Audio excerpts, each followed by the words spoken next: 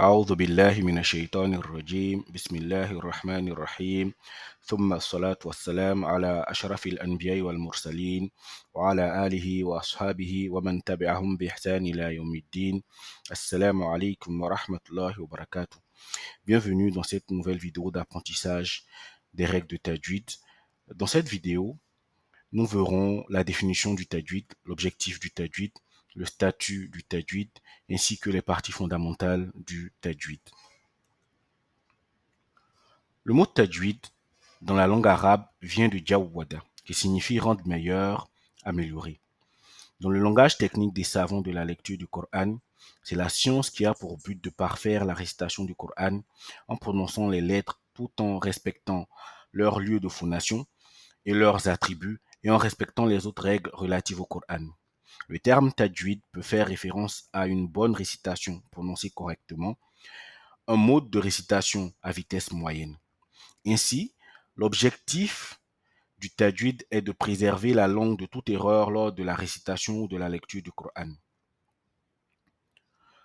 Le premier qui a instauré cette science de manière pratique est notre prophète et envoyé d'Allah, Muhammad sallallahu alayhi wa sallam, qu'il a reçu de l'ange Jibril, qui lui-même l'a reçu de notre Seigneur. Quant aux premiers qui ont établi les règles théoriques, ce sont les savants de la langue arabe tels que Al-Khalil ibn Ahmad al-Farahidi et son élève Sibawayh. L'apprentissage des règles de tajwid de façon théorique est une obligation communautaire en islam.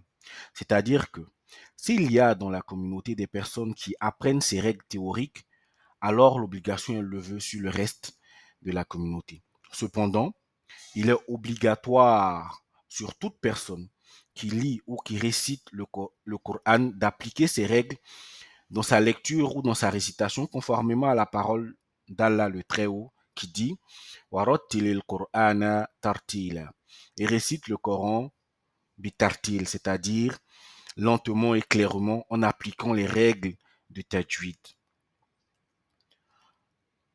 Les parties fondamentales du tajwid sont apprendre les points d'articulation des lettres, reconnaître les attributs des lettres, connaître les règles de tajwid, donc les différentes autres règles de tajwid parmi les ahkam ou nun sakina wa tanwin, ahkam ou mim sakina, ainsi de suite, et étudier sous la supervision d'un maître qualifié. En résumé, la science du tajwid a pour objectif de corriger nos lectures et nos récitations du Coran. Le premier à l'avoir mis en application est le prophète Mohammed alayhi salatu wassalam.